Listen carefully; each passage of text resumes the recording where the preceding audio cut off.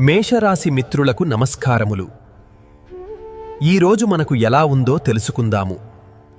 ఈరోజు మేషరాశి వారి జీవన ప్రయాణాన్ని గమనిస్తే చంద్రుడు మీ రాశి నుండి 12వ ఇంట్లో మీనరాశిలో సంచరిస్తూ ద్వాదశ చంద్రుని ప్రభావాన్ని ప్రసాదిస్తున్నాడు.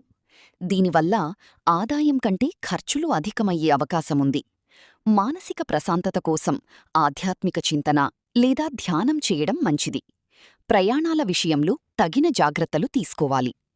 నక్షత్ర బలాన్ని పరిశీలిస్తే అశ్వినీ నక్షత్రం వారు మిత్రతార ప్రభావంతో సన్నిహితుల నుండి మంచి సహకారాన్ని పొంది పనులను సజావుగా పూర్తిచేస్తారు. కృత్తికా నక్షత్రం వారు సాధనతార బలం వల్ల పట్టుదలగా వ్యవహరించి లక్ష్యాలను చేరుకుంటారు.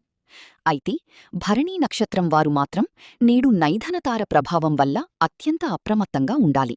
ముఖ్యంగా ఆర్థిక లావాదేవీల్లో, కొత్త పనుల ప్రారంభంలో మరియు వాదోపవాదాల్లో నిషిద్ధ ఫలితాలు వచ్చే అవకాశమున్నందున మౌనంగా, నిదానంగా ఉండటం శ్రేయస్కరం.